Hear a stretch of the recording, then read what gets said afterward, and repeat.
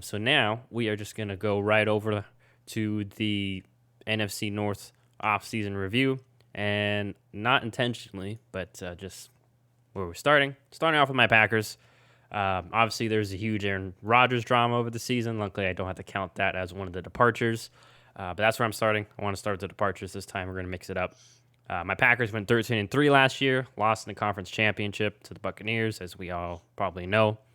In terms of losses, not that many big ones. Rick Wagner, tackle, guard, Lane Taylor. Biggest one, though, here is Corey Linsley, center, one of the better centers in the league. He left. Jamal Williams, who's been a solid number 2 back for the Packers. Damon Snacks Harrison and Christian Kirksey are the main losses there. In terms of additions, brought in linebacker Devondre Campbell, tackle Dennis Kelly, wide receiver Randall Cobb. As we made that meme and everyone kind of knows that was in the Rodgers Accords, as we like to joke. First round pick Eric Stokes, who I'm kind of warming up to from things I've heard in camp. Guard/center Josh Myers we got in the second round, and we also got a wide receiver finally in the third round, Amari Rogers out of Clemson at pick number 85. So I'm actually I'll throw it to you, John, first, since I'm the Packer fan. What were your thoughts on what my Packers did this offseason? Do you think it'll be enough for one last ride, one last dance with Rodgers and Devontae, or do you think it's they're not going to get their happy ending? Well, Art, I just want to say that I'm wearing a Vikings jersey, but I need everyone to know, and I said this last time I wore it, I am not a Vikings fan. Adrian Peterson he was born in my hometown, and so I love Adrian Peterson. He's my favorite player ever. So it is an AP jersey. This is the number 28, not 58. I know it's reversed on the camera. But number 28. So just so everyone knows, I do not care about the Vikings at all. I probably can't name a single player on the Vikings team that I like right now, except for maybe Harrison Smith, but there's nobody that I'm like, wow, like I really like that player. So just to get that out of the way, Packers fans don't hate me because I don't care about the Vikings. Okay, Packers offseason.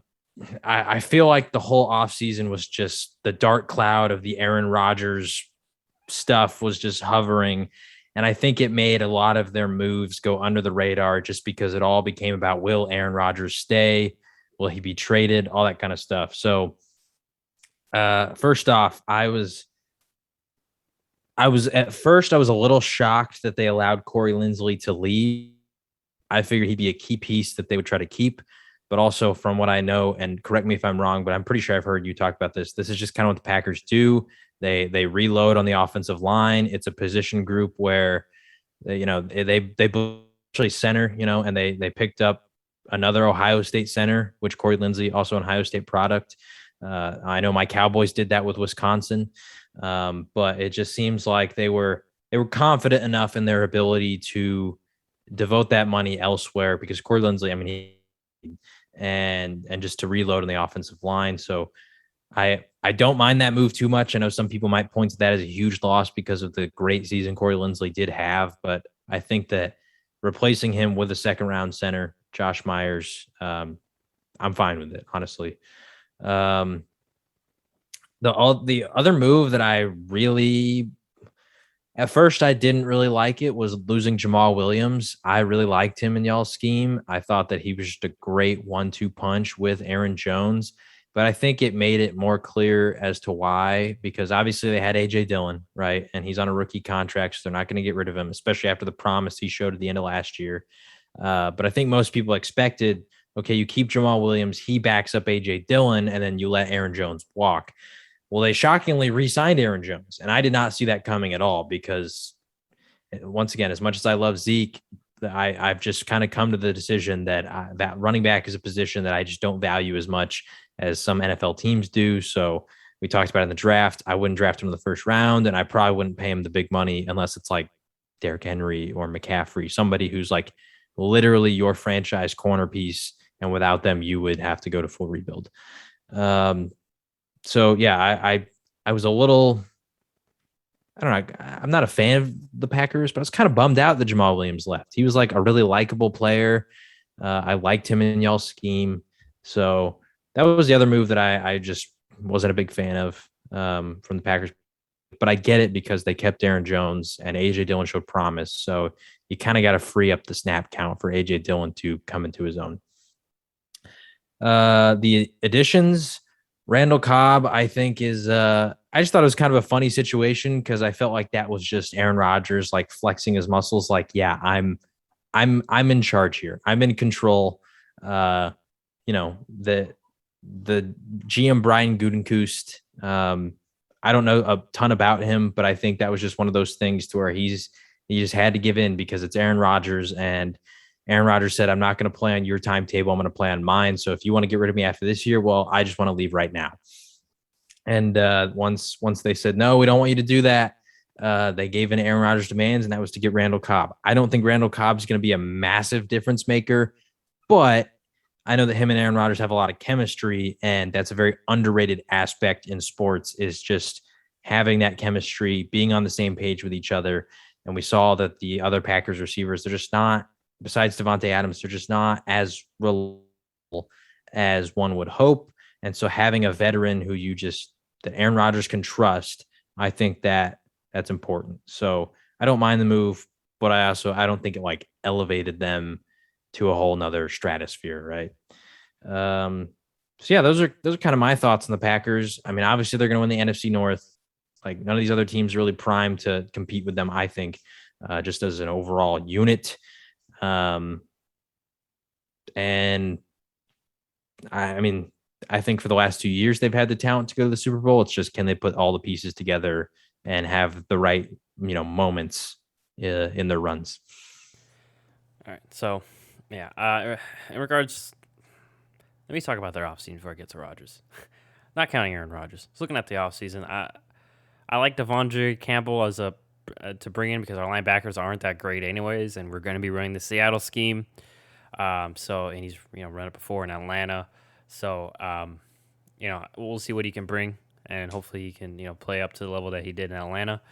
I love the signing of Dennis Kelly, a guy who can play either tackle spot, especially since I'm not sure the status of Bakhtiari, because remember he did tear his ACL late last season, so he may be gone the first few weeks of this season. Heck, I'm not even sure what the O-line's who's gonna be where, because Elton Jenkins, very good guard we had last season, but also played center and played tackle. He can play basically all 5 spots in the line.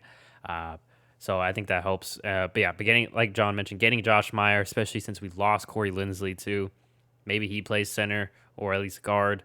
We'll see. But and like we mentioned with some teams, like just some teams just know draft really well certain position groups. Like Jaguars usually. I know everyone likes to get crap on the Jaguars, but solid at drafting wide receivers. Same thing with kind of the Giants for the most part.